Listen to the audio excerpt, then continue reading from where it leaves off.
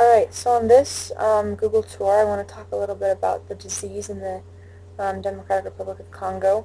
And so here on the map right now is one of the major hospitals that is in the Democratic Republic of Congo. They're really spread out. I'll show you a couple of the other one that I found in a little bit, but this is the first one that I found. And a couple of the diseases that are the major infectious diseases in the Congo right now, most of them come from food or waterborne. They're food or waterborne diseases, and currently all of the Congo is at very high risk of these major infectious diseases, just because they don't have that access to clean water. Um, and so a couple of the diseases that are common are that come from these food and waterborne illnesses are bacterial and protozoal diarrhea, hepatitis A and typhoid fever, hepatitis E. I wanted to go into a little bit of detail about what those are because I didn't know what they were when I first heard them. Because what I found about hepatitis A is that it's a viral disease that affects your liver, and you get it when the water or the food that you eat is contaminated with fecal matter. And so basically it just comes from poor sanitation, that people, their water isn't clean, their food isn't sanitized. And so when someone gets hepatitis A, they'll get a fever, have diarrhea, and most people have the symptoms for 6 to 9 months, but the good news is there's a vaccine available for them if they can get to one of these hospitals. And then hepatitis E is similar. It's also a waterborne viral disease that gets in your liver, and it is spread the exact same way.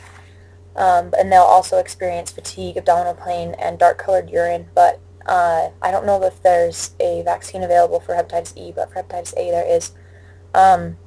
Another disease that I found is, I don't know if I can't say it very well, African trypin, I don't know, it's another thing. It's caused by a parasite, and it comes through blood-sucking flies.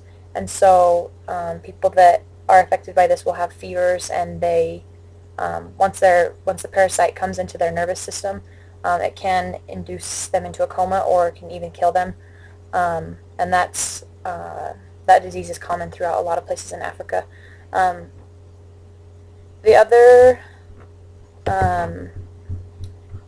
hospital that I found is on the complete other side of the Congo, if I can find it, over here.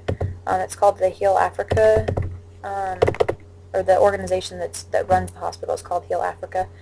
And so it's right over here, right on the edge of the Congo, which is kind of hard with accessibility, but yeah, it's right here. And it's actually a really cool organization that I found that treats a lot of the different diseases that are there. And one of those diseases, I can't pronounce it, but I have this video that kind of explains what it is. It's a sleeping sickness, and this doctor will explain kind of what the symptoms are and what happens when they get it. It causes gastrointestinal problems, that people get stomach aches, diarrhea, vomiting, those type of things, but she'll go into more detail about that. So.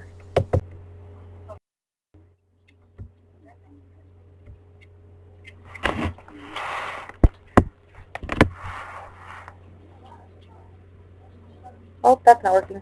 Okay, well basically they just talk about that they have to treat the people a couple times a day. Like once they find out what stage of the disease they have to clinics and have the vaccine um, given to them through their veins for 2 hours, 4 times a day. So it's an intense treatment for 14 days.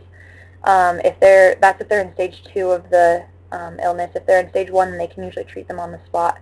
If not, they'll have to come to one of these clinics. But most of these diseases, they're still being worked on. They still have a lot of, the treatment's not perfect, and they're having a lot of research that needs to be done. But those are just a couple of examples of disease and how it's being treated in the Congo.